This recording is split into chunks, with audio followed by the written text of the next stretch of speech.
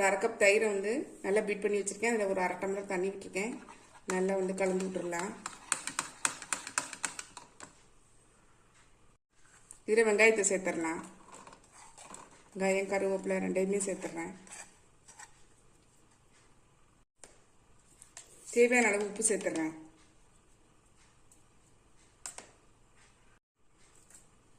காஷ்மீரி மிளகாய் தூள் வந்து ஒரு 1/2 டீஸ்பூன் சேர்த்து நல்லா வந்து கலந்து விட்டுடலாம்.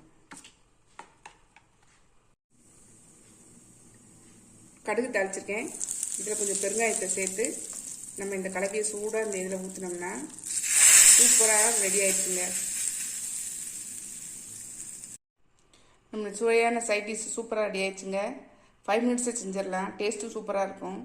நீங்களும் உங்கள் வீட்டில் ட்ரை பண்ணி பாருங்கள். ட்ரை பண்ணி பார்த்து கமெண்ட்டில் சொல்லுங்கள். லைக் பண்ணுங்கள், ஷேர் பண்ணுங்கள், சப்ஸ்கிரைப் பண்ணுங்கள். பக்கத்தில் பெல் ஐக்கானை கிளிக் பண்ணுங்கள். நாளைக்கு வேறு ஒரு ரெசிபியில் உங்களை சந்திக்கிறேன். பாய்.